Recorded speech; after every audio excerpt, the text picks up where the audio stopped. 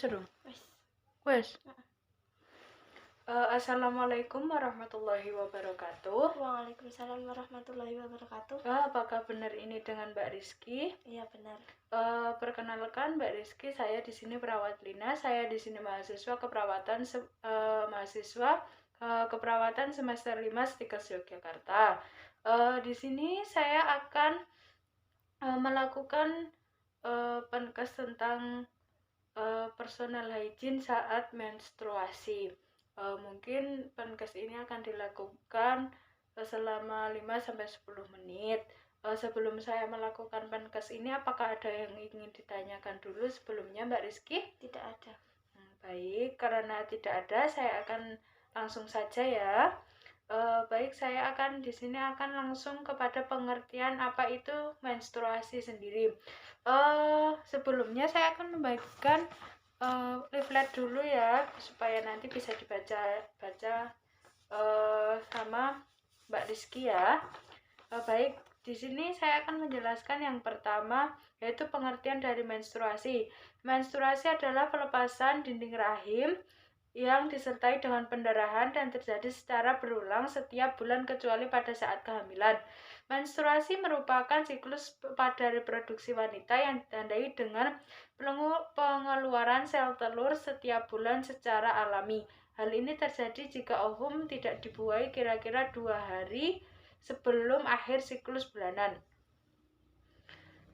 Yang kedua yaitu apa itu siklus menstruasi. Siklus menstruasi adalah proses kompleks yang mencakup sistem reproduktif dan endokrin. Siklus ini merupakan rangkaian peristiwa yang terjadi secara kompleks yang saling mempengaruhi dan terjadi secara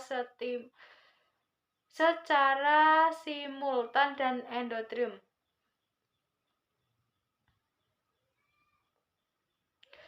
Siklus menstruasi ovarium yang pertama, ini ada siklus menstruasi. Yang pertama ada fase folikuler, yaitu siklus diawali dengan terlepasnya endometrium. Yang kedua fase luteal, yaitu LH akan merangsang ovulasi dari oosit matang. Siklus menstruasi endometrium yang pertama yaitu ada fase menstruasi, yang kedua ada fase proliferasi, yang ketiga ada fase sekresi, yang keempat ada iskemsi. Yang pertama tadi ada fase menstruasi, yaitu adanya penurunan progesteron dan estrogen yang tajam dan menghilangkan rangsangan pada endometrium dan menyebabkan iskemi sehingga terjadi menstruasi. Yang kedua ada fase proliferasi, yaitu pertumbuhan cepat yang berlangsung sejak sekitar hari kelima hingga ovulasi. Yang ketiga fase sekresi, yaitu lamanya kurang 14 kurang lebih 2 hari. Endometrium secretorius menjadi matang dan sempurna. Endometrium menjadi kaya akan darah untuk memberikan nutrisi pada ovum yang sudah dibuai. Yang keempat pada fase iskemi, peluruhan sel telur karena tidak dibuai. Yang di materi selanjutnya yaitu ada gangguan pada saat menstruasi. Yang pertama nyeri haid. Yang kedua ada premenstruasi atau premenstruasi sindrom atau PMS, yaitu gabungan dari gejala-gejala fisik dan psikologis yang terjadi selama fase menstruasi dan akan hilang setelah menstruasi. Gangguan psikologis seperti kecemasan dan depresi. Jadi di sini kalau seorang perempuan itu pada saat haid itu moodnya naik turun dan marah-marah, itu wajar ya, berarti ya Mbak ya. Yang kedua amenorrhea adalah tidak terjadinya menstruasi tidak terjadinya menstruasi. Jadi gangguan menstruasi ini salah satunya yaitu tadi ini amenorrhea. Jadinya ada tidak banyak tapi ada kadang perempuan yang tidak menstruasi selama 3 bulan atau lebih, jadinya itu termasuk dalam gangguan menstruasi. Di sini pengertian sendiri dari personal hygiene saat menstruasi adalah komponen hygiene perorangan yang memegang peranan penting dalam perilaku kesehatan seseorang perempuan, khususnya kebersihan alat reproduksi saat mengalami menstruasi. Manajemen hygiene menstruasi adalah dasar pengelolaan saat menstruasi agar tidak beraktivitas dalam kehidupan sehari-hari dan nyaman saat pergi ke sekolah dan pergi lain-lain atau pergi berkegiatan begitu ya. Tujuan dan manfaat pentingnya merawat personal hygiene saat kita menstruasi. Yang pertama, meningkatkan derajat kesehatan seseorang. Yang kedua, memelihara kebersihan diri seseorang. Yang ketiga, memperbaiki hygiene yang kurang. Yang keempat, mencegah penyakit. Yang kelima, menciptakan keindahan. Yang keenam, meningkatkan rasa percaya diri. Yang selanjutnya yaitu manajemen hygiene menstruasi. Untuk menjaga kesehatan, idealnya menggunakan pembalut selama menstruasi harus diganti teratur 4-5 kali sehari atau setiap 3-4 jam sekali, apalagi jika sedang banyak-banyaknya pada hari kedua atau ketiga menstruasi. Setelah mandi dan buang air, vagina harus dikeringkan dengan tisu dan handuk agar tidak lembab. Selain itu, pemakaian celana dalam hendaknya bahan yang terbuat dari yang mudah menyerap keringat. Beberapa aspek penting yang harus kita perhatikan saat kita menstruasi. Yang pertama, kita harus menggunakan pembalut untuk menyerap darah menstruasi kita. Yang kedua, pembalut harus lembut dan menyerap dengan baik. Yang keempat, selalu mencatat siklus menstruasi kita dari bulan kemarin sampai sekarang. Kita itu harus mencatat kapan harusnya kita menstruasi supaya kita tahu apakah kita itu telat menstruasi apa tidak, begitu ya Mbak ya.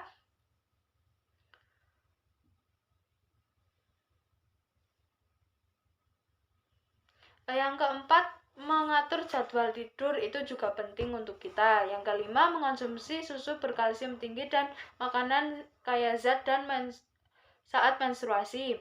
Yang keenam, latihan ringan dan olahraga untuk mengatasi nyeri haid. Jadinya kita kalau mau nyeri haid, kita bisa melakukan olahraga ringan untuk meredakan nyeri haid tersebut ya Mbak ya. Yang ketujuh, rajin mengganti celana dalam sehari 2 atau 3 kali sehari. Yang materi selanjutnya adalah dampak yang dapat ketika kita tidak merawat diri saat kita menstruasi. Yang pertama, kita dapat berpotensi infeksi pada organ reproduksi.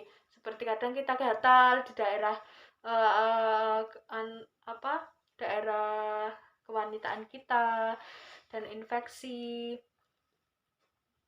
Karena yang keluar itu adalah darah kotor, jadinya kita harus sering-sering membersihkan daerah kewanitaan kita supaya tidak terjadi infeksi dan lain-lain. Dan juga kalau kita tidak melakukan personal hygiene saat menstruasi dan atau hari-hari biasa kita, juga kita dapat terkena seperti kanker rahim, keputihan, dan kita juga itu dapat juga mempengaruhi ketelatan kita haid juga bisa. Juga kalau kita kurang bersih saat kita menstruasi, kita juga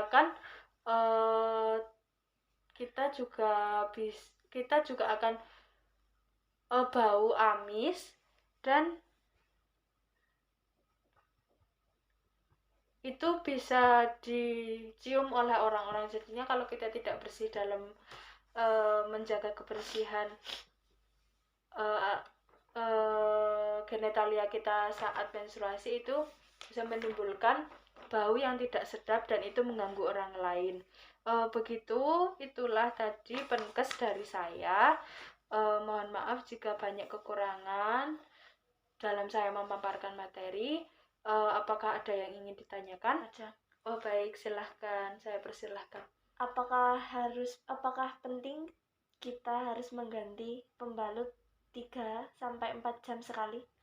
Oh baik, di sini saya akan menjawab pertanyaan dari Mbak Rizky. Apakah penting kita mengganti pembalut 3-4 jam sekali ketika kita menstruasi? Itu sangat penting sekali. Karena apa? Karena kalau seumpamanya kita masih darahnya masih banyak-banyaknya keluar di hari kedua atau ketiga, itu sangat penting karena itu pasti akan softtek kita pasti akan cepat penuh. Yang pertama itu. Yang kedua, kenapa kita harus mengganti softtek 3-4 jam sekali? Karena softtek itu terbuat dari bahan yang tidak alami. Jadinya kalau softtek itu kita nggak sering-sering ganti, itu juga kadang bisa menyebabkan hal-hal yang tidak baik untuk kesehatan kita. Jadinya soalnya kan softtek kan terbuat dari bahan plastik atau bahan yang tidak alami. Jadinya itu tetap ada efek samping tersendiri ketika kita tidak sering-sering mengganti softtek. Jadinya lebih baik kalau kita sedang menstruasi, emang seharusnya 3-4 jam sekali kita harus ganti softtek supaya atau pembalut, supaya kita juga lebih nyaman dan kita juga supaya kita tidak terkena penyakit-penyakit yang tidak diinginkan oleh kita. Begitu ya Mbak Rizky. Apakah jawaban saya sudah jelas atau belum? Sudah. Oh baik, kalau sudah jelas, karena podcast saya sudah selesai, saya mohon undur diri dan saya mohon pamit. Sekali lagi minta maaf banyak kekurangan dan banyak khilafan dalam saya menjelaskan atau memaparkan materi ini. Baik, karena saya sudah selesai, saya akan mohon undur diri ya Mbak Rizky. Terima kasih atas waktunya. Sama-sama. Wassalamualaikum warahmatullahi wabarakatuh. Waalaikumsalam warahmatullahi wabarakatuh.